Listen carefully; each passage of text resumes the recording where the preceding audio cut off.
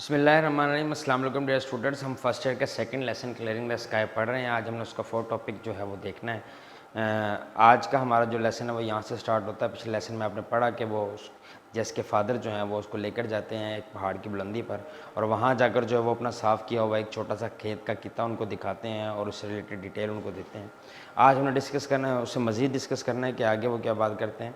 वो खेत का किता दिखाने के बाद उसके वालिद उसको कहते हैं एंड समथिंग एल्स जैस मैं तुम्हें इसके अलावा भी कुछ और दिखाना चाहता हूँ। समथिंग एल्स, इसके अलावा और कुछ दिखाना चाहता हूँ।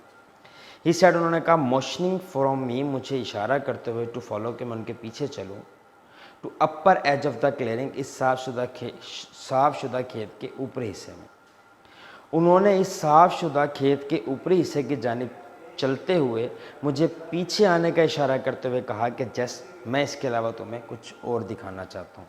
फिर सुने, उन्होंने साफ़शुदा खेत के ऊपरी हिस्से की जानिब मुझे अपने पीछे चलने का इशारा करते हुए कहा कि जस मैं तुम्हें इसके अलावा और भी कुछ दिखाना चाहता हूँ।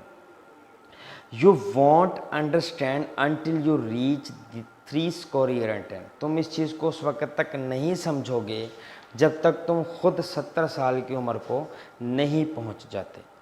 तुम उस वक़्त तक इस चीज़ को नहीं समझ पाओगे जब तक तुम खुद 70 साल की उम्र को नहीं पहुंच जाते। एंड आफ्टर दीज ईयर्स, और इन सालों के बाद, योर टाइम इज़ बोरोड, तुम्हारा वक्त उधार होता है, मुस्तार होता है, वेग होता है, हेजी होता है, यानी अनसर्टेन होता है।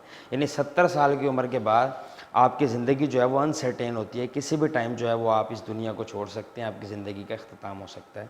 तो कहता है कि तुम उस वक़्त तक मेरे एहसासात को, मेरी फीलिंग्स को नहीं समझ पाओगे जब तक तुम खुद 70 साल के नहीं हो जाओगे। और इस उम्र के बाद तुम्हारा वक्त क्या होता है, मुस्तार होता है, उधार होता है, अनसर्टेन यानी गैर यकीनी होता है।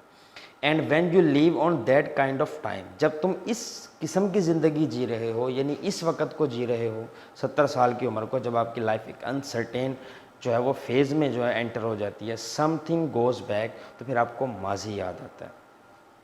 कहता है जब आप इस उम्र की ज़िंदगी जी रहे हो तो आपको माजी याद आता है। Something I can not explain, ऐसे एहसासात, ऐसी यादें, ऐसे जिनको मैं बयान नहीं कर सकता।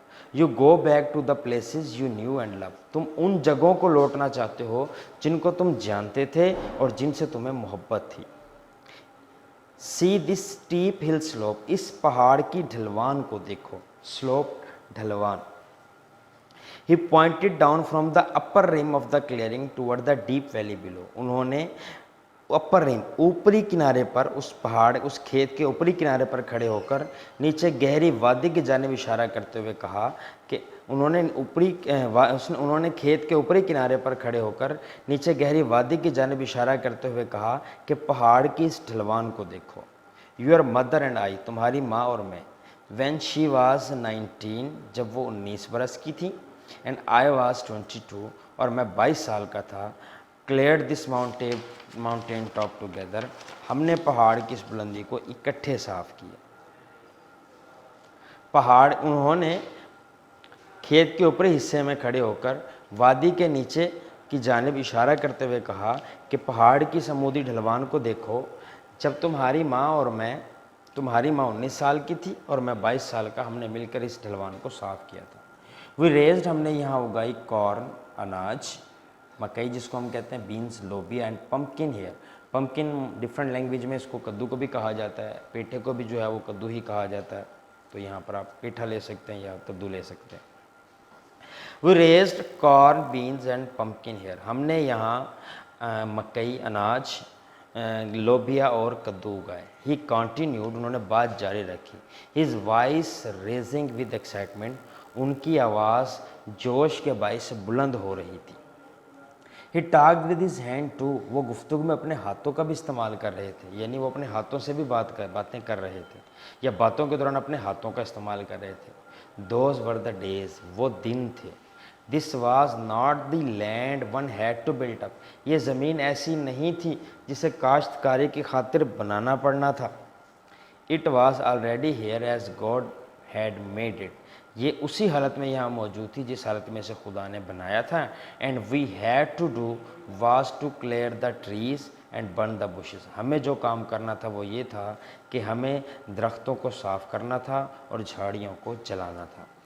आई प्लफ्ड दिस माउंटेन, मैंने इस पहाड़ पर हल चलाया, विद कैटल, मवेशियों के साथ। The first time it was ever ploughed, और इस ज़मीन पर यह पहली बार हल चलाया गया। मैंने इस ज़मीन पर, मैंने इस पहाड़ पर मवेशियों की मदद से हल चलाया और वो इस ज़मीन पर पहली बार हल चलाया गया। And we raised more than a barrel, हमने एक बैरल से ज़्यादा, एक बैरल में 194 पाउंड होते हैं, ये आप याद रखेंगे, तकरीबन कोई 4 लीटर के करीब, जिसको आप कह सकते हैं केजी के करीब। Barrel for corn to the shook, shook कहते हैं कि जब डालियों को लेकर किसी भी मकई की या जो है गंदम की, आपने देखा होगा देहातों में, वो डालियाँ इकट्ठी कर गट्ठा बनाते हैं, तो 12 डालियों की जो है वो एक गट्ठा बनाते हैं, उसको शोक बोलते हैं, गुच्छा जिसको आप कह लें। तो कहता है एक गुच्छे से हमने एक बैरल से ज़्यादा गंदम उगाई। That's why I came back up here, इसीलिए मैं वापस इस जगह पर आया। I went back to youth, मैं अपनी जवानी को लौटा। And this was the only land left like that was, और ये वो वाहिद ज़मीन थी जो उस ज़मीन जैसी थी जो हमने जवानी में जिस पर काश्तकारी की। यानी कहता मैं जवानी को लौटना चाहता था और ये ज़मीन ऐसी ज़मीन थी जो जैसी ज़मीन मैंने जवानी में काश्त की थी। जिस ज़मीन पर मैं जवानी में काश्त करता रहा हूँ उस ज़मीन जैसी ये वाहिद ज़मीन थी। एंड जेस, और जेस ही ब्रैज, उन्होंने फ़ख्र करते हुए कहा, regardless of my 3 year and 10, मेरी 17 साल उम्र के बावजूद, आई प्लव्ड इट, मैंने यहाँ हल चलाया। रिगार्डलेस के बावजूद, however, all the same, nevertheless. और जेस, मेरी 17 साल उम्र के बावजूद, मेरी 17 साल की उम्र के बावजूद मैंने यहाँ हल चलाया। प्लव्ड इट विद द म्यूल, यहाँ एक खच्चर की मदद से हल चलाया। I have with just little help, मैंने सिर्फ थोड़ी सी मदद के साथ, डन ऑल द वर्क, ये सारा काम किया, मैंने सिर्फ थोड़ी सी मदद के साथ ये सारा काम किया। It's like the land your mother and I use to farm, ये ज़मीन वैसे ही थी जहाँ तुम्हारी माँ और मैं काश्तकारी किया करते थे। When I brought my gun to the field, जब मैं खेतों में अपनी गन लाया करता था, एंड टुक होम, और घर ले जाता था, अ मैस ऑफ फॉक्स करल every evening, a mass of, बड़ी तादाद गुलहरियों की हर शाम। ये ज़मीन बिल्कुल वैसी थी जहाँ तुम्हारी माँ और मैं काश्तकारी किया करते थे, जहाँ मैं जहाँ मैं रोज़ाना अपनी बंदूक लाया करता था और हर शाम गुलहरियों की बड़ी तादाद शिकार करके घर ले जाया करता था।